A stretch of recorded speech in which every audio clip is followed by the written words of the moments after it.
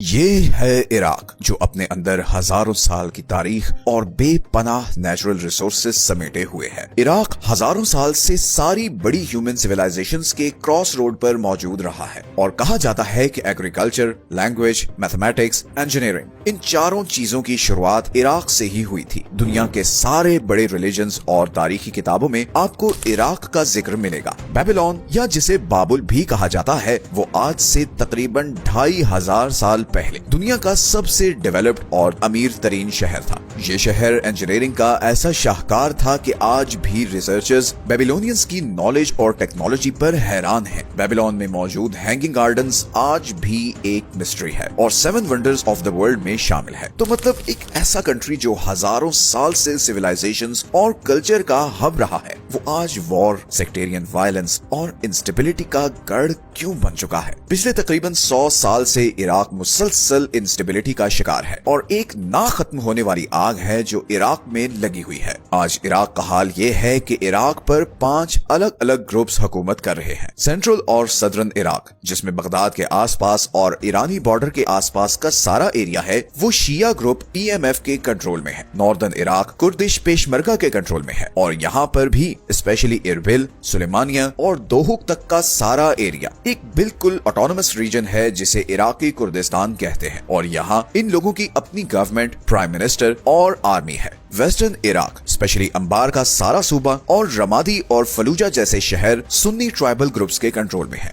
ये Sunni group central government को support तो करता है बट ये अपने एरियाज में अपने रूल्स अप्लाई करता है। फिर बगदाद से लेकर बसरा और करबला तक का ये सारा एरिया इराकी फेडरल गवर्नमेंट के कंट्रोल में है जिसके प्राइम मिनिस्टर मोहम्मद शिया अल सुडानी है। और फिर सीरिया के साथ ये नॉर्थ वेस्ट का सारा पहाड़ी इलाका आईसिस के कंट्रोल में है। The birth place of human innovation कहलाने वाला मुल्क इतने ज्यादा रिसोर्सेज और जबरदस्त लोकेशन होने के बावजूद आज इतना डिवाइडेड क्यों है? इस सब के पीछे इराक की ज्योग्राफी, उसकी हिस्ट्री, पॉलिटिक्स और वर्ल्ड सुपर पावर्स का बहुत बड़ा हाथ है। सच ये है कि आज की वीडियो में हम आपको इराक की वो कहानी सुनाने जा रहे हैं जो शायद आपने इससे पहले कभी नहीं सुनी होगी। लेकिन यहाँ पर आप सब लोगों से एक रिक्वेस्ट है कि चैनल को सब्सक्राइब जरूर कर लें ताकि आप लोगों को नई वीडियोस के नोटिफिकेशन जरूर मिले। मैं इतनी मेहनत से वीडियोस बनाता हूँ बट बहुत सी वीडियोस की रीच कम होती है, so please do subscribe the channel first. तो अब चलते हैं इराक की ज्योग्राफी की तरफ। आज का इराक 6 कंट्रीज के साथ बॉर्डर शेयर करता है। ईस्टर्न साइड पर ईरान के साथ, साउथ ईस्ट में कुवैत के साथ, साउथ में सऊदी अरेबिया के साथ,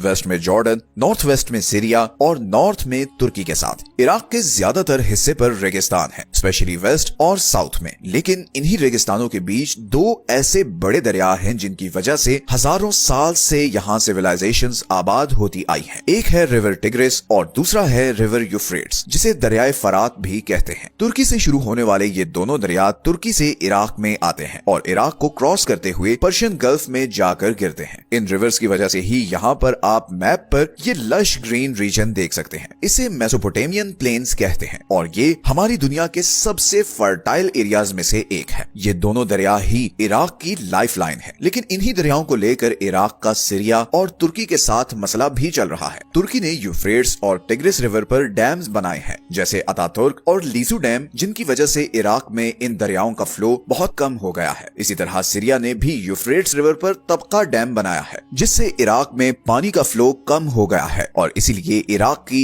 इन दोनों कंट्रीज के साथ डिप्लोमेटिक टेंशन भी चल रही है। इराक के नेचुरल रिसोर्सेज की बात करें तो इराक के पास दुनिया के 5वें सबसे बड़े ऑयल और दुनिया के 12वें सबसे बड़े नेचुरल गैस के रिजर्व्स हैं। इंटरेस्टिंगली ये सारे ऑयल रिजर्व्स बसरा के आसपास शिया मेजॉरिटी एरियाज या फिर नॉर्थ में कुर्दिश मेजॉरिटी एरियाज में है। और इराक में जो इंटरनल सिविल वॉर की एक आग लगी हुई है उसकी एक वजह ये भी है। लेकिन ये तो अभी हमने सिर्फ इराक की बेसिक ज्योग्राफी को डिस्कस किया है। अब हम जाने लगे हैं इराक की सारी प्रॉब्लम्स की रूट कॉज की तरफ और उसके लिए हमें जाना होगा हिस्ट्री में। रिकॉर्डेड हिस्ट्री में इराक का पहला जिक्र मिलता है आज से 5000 साल पहले सुमेरियन सिविलाइजेशन सिविलाइजेशन में। तब इसे मेसोपोटामिया कहा जाता था, मतलब दो दरियाओं के बीच की जमीन, और तब इसमें आज के इराक, ईरान, सीरिया और तुर्की के कुछ पार्ट्स भी शामिल थे। ये सुमेरियन ही वो सिविलाइजेशन थी जिसने यहाँ पर एस्ट्रोनॉमी, मैथमेटिक्स और एडमिनिस्ट्रेशन की बुनियाद रखी। फिर 2334 BCE से लेकर 2154 BCE तक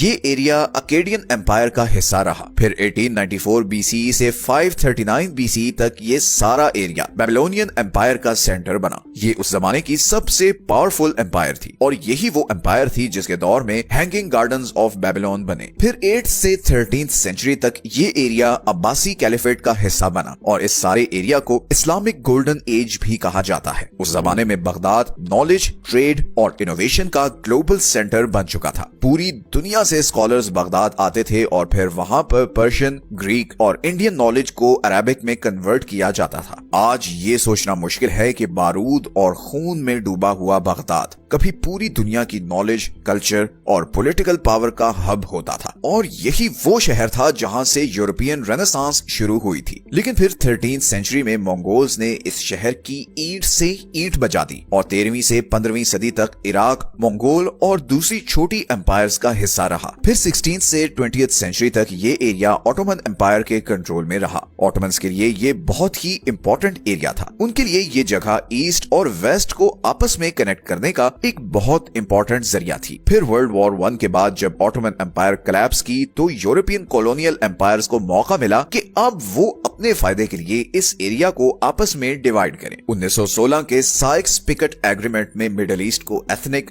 रिलीजियस और ट्राइबल ग्राउंड रियलिटीज के बिल्कुल ऑपोजिट ब्रिटेन और फ्रेंच एम्पायर ने आपस में डिवाइड कर दिया। ब्रिटिश एम्पायर ने आर्टिफिशियल बॉर्डर्स बनाए और इस सारे एरिया को तुर्की, सीरिया, ईरान और इराक में डिवाइड कर दिया। ये डिवीजन कुछ भी सोचे समझे बगैर की गई थी। बिल्कुल डिफरेंट कल्चर और जुबान बोलने वाले लोगों को एक ही मुल्क में इकट्ठा कर दिया गया। ऑटोमन एम्पायर के दौर में मोसुल, बगदाद और बसरा इंडिपेंडेंट सूबे थे, पर ब्रिटेन ने उन्हें इराक में शामिल कर दिया। हालांकि इन तीनों प्रोविंसेस की डेमोग्राफिक्स बहुत डिफरेंट थे। फॉर एग्जांपल मोसुल में मेजॉरिटी कुर्दिश लोग रहते थे, बगदाद में सुन्नी अरब मुस्लिम्स रहते थे, जबकि बसरा में ज्यादातर शिया अरब मुस्लिम्स रहते थे। तो साउथ में शिया अरब, सेंटर में सुन्नी अरब और नॉर्थ में कुर्द। इसी तरह कुवैत जो पहले इराक का हिस्सा था उसे इराक से अलग कर दिया और फिर 1921 में ब्रिटेन ने यहाँ पर एक सुन्नी लीडर किंग फैसल को हुकूमत दे दी। एक शिया और कुर्दिश मेजॉरिटी कंट्री में सुन्नी बादशाह को लगाना इस बात का सबूत था कि ब्रिटेन ने ये डिवीजन करते वक्त ग्राउंड रियलिटी को बिल्कुल इग्नोर किया है। ब्रिटेन के इन डिसीजंस के नताइज इराक को अगले 100 साल तक भुगतने पड़े हैं। 1932 में इराक ब्रिटिश कंट्रोल से आजाद तो हो गया, मगर उसकी ऑयल इंडस्ट्री ब्रिटिश कंट्रोल में ही रही। 1930 से 1970s के आखिर तक इराक पॉलिटिकल इंस्टेबिलिटी और मिलिट्री कूज का शिकार रहा और फाइनली 1979 में सद्दाम हुसैन इराक के डिफैक्टो रूलर बनकर उभरे। सद्दाम ने सुन्नी आइडियोलॉजी को प्रमोट किया और शिया कम्युनिटी को सप्रेस किया और इसी के नतीजे में 1980 से 1988 के बीच ईरान इराक वॉर भी हुई, जो शायद मिडिल ईस्ट की हिस्ट्री की सबसे डेडली वॉर थी और हमने इस पर एक वीडियो भी बनाई हुई है। फिर 1990 में सद्दाम ने कुवैत पर अटैक किया, जिसके बाद इराक वर्सेस गल्फ वॉर शुरू हो गई। इसके नतीजे में इराक पर बहुत सैंक्शंस लगाई गईं और इराक को इकोनॉमिकली बहुत नुकसान हुआ। फिर 2003 में अमेरिका ने इराक पर अटैक किया और सद्दाम हुसैन की गवर्नमेंट उल्टा दी। सद्दाम हुसैन के जाने से एक पावर वैक्यूम पैदा हो गया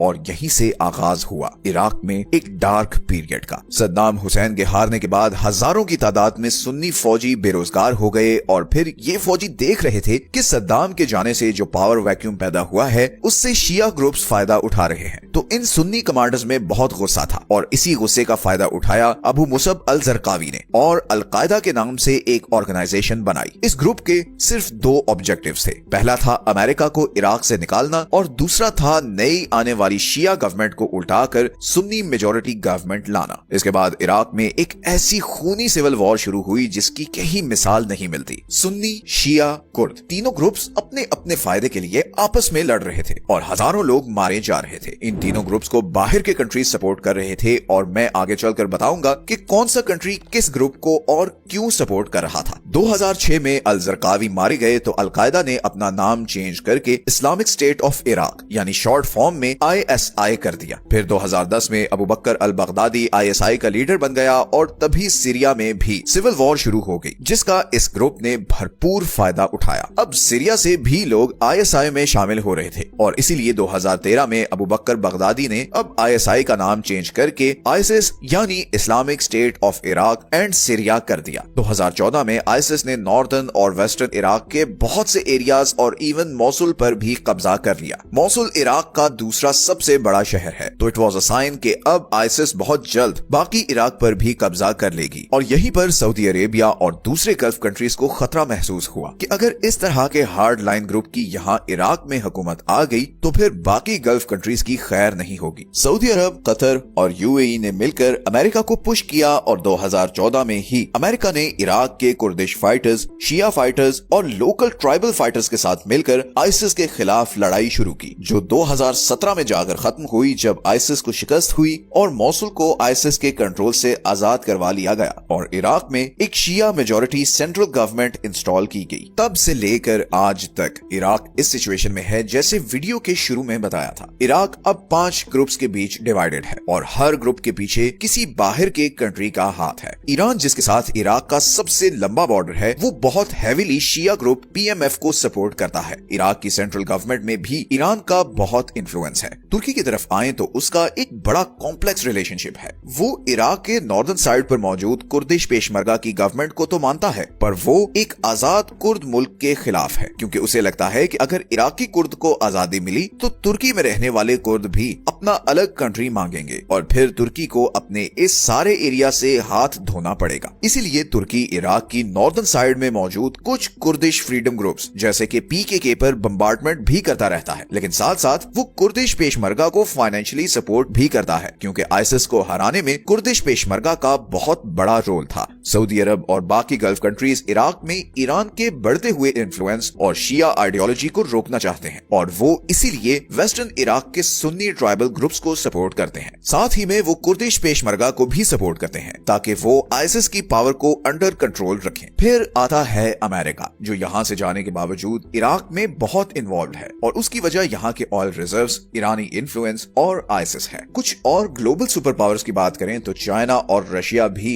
इराक में बहुत दिलचस्पी ले रहे हैं। चाइना अपने बेल्ट एंड रोड इनिशिएटिव की वजह से इराक के इंफ्रास्ट्रक्चर पर बहुत इन्वेस्टमेंट कर रहा है। वो इस रोड प्रोजेक्ट को स्वेज कैनाल का ऑल्टरनेटिव बनाना चाहता है। दूसरी तरफ रशिया की इराक पर कड़ी नजर इसलिए है क्योंकि सीरिया में उसके बहुत हाई स्टेक्स हैं। बशार अल असद की गवर्नमेंट को रशिया सपोर्ट कर रहा था और जिस जियोपॉलिटिकल हॉटस्पॉट पर अमेरिकन प्रेजेंस होगी वहां पर रशिया भी जरूर घुसेगा। तो ऑल इन ऑल इराक बहुत कॉम्प्लेक्स सिचुएशन में है और कहीं ना कहीं इस सब की रूट कॉज वर्ल्ड वॉर 1 के बाद यूरोपियन पावर्स ने जो बॉर्डर्स बनाए थे वो है। आज इराक अंदर से इतना डीपली डिवाइडेड है कि कोई भी एक ग्रुप या बाहर का कंट्री यहाँ पर पीस कायम नहीं कर सकता। या तो 100 साल पहले डिवाइड किए गए बॉर्डर्स को रिवर्स करना पड़ेगा या फिर मैस स्केल ब्रेन वॉशिंग करनी पड़ेगी, जिससे इराकियों के बीच जो आपस में नफरत है वो खत्म हो। इराक की 60% पॉपुलेशन यंग है और उनके फ्यूचर के लिए इराक के ही सब बड़ों को मिलकर बैठना होगा। जब तक इराक में अमन नहीं होगा मिडिल ईस्ट आगे नहीं बढ़ सकता। इसराइल पैलेस्टाइन की तरह इराक भी दुनिया का एक फ्लैश पॉइंट है जिसको ठीक किए बगैर मिडिल ईस्ट के प्रॉब्लम्स हल नहीं हो सकते।